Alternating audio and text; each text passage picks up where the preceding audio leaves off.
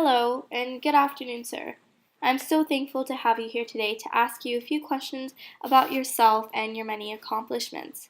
I think we should begin by getting to know you better, so tell me a little bit about yourself so I can develop a better understanding of how you've come to have such a great importance throughout World War One. I was born on December 5th, 1875, on a farm in Adelaide, Ontario.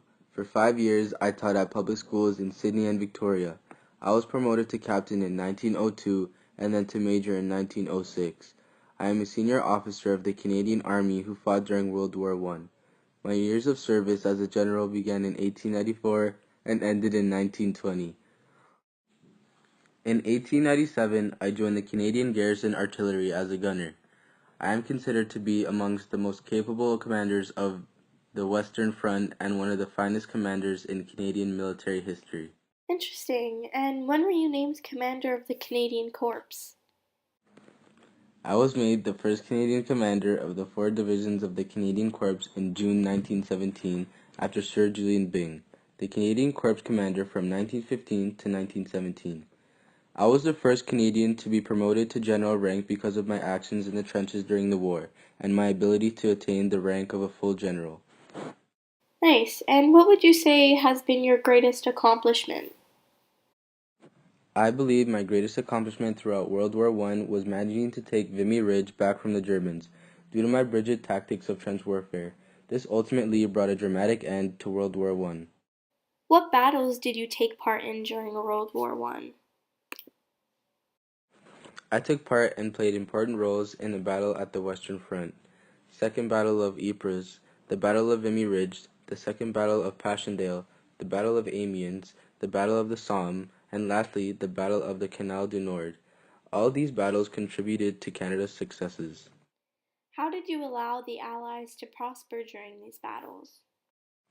My willingness to demand more artillery and preparation time prior to major battles saved the Allies and enhanced the outlooks of their advancing successes. Under my leadership and authority, the reputations Canadians developed allowed them to advance their major successes including Hill 70, Passchendaele, Amiens, and the Canal du Nord. Who was an influential figure to you during World War One? Both myself and Byng had our eyes upon the youngest commander in France at the Battle of Vimy Ridge, 29-year-old Andy McNaughton. We saw Andy as an exceptional soldier who was not afraid to apply new scientific methods to his knowledge about artillery. He took the opportunity to try new techniques which resulted in our accomplishment in destroying 83% of German artillery before the Battle of Vimy Ridge began. Why did your reputation not survive during the post-World War period?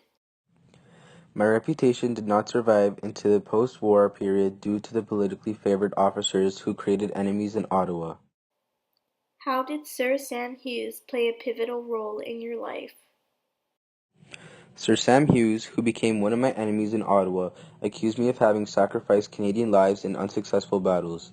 Of course, this was not true, but this accusation caused me to dismiss my role as a command officer and become principal at McGill University in Montreal. How did you contribute to the reconstruction caused by the damage during the Battle of Passchendaele? The destruction caused by the battles led me to order for the reconstruction of new roads, the improving of gun pits, and the repair and extensions of railways. Thank you for taking the time to join us and inform us of your success and struggles as one of Canada's commander officers during World War One. Unfortunately, Curry suffered a stroke on November 5th, 1933, and he died on the 30th from bronchial complications brought on by pneumonia.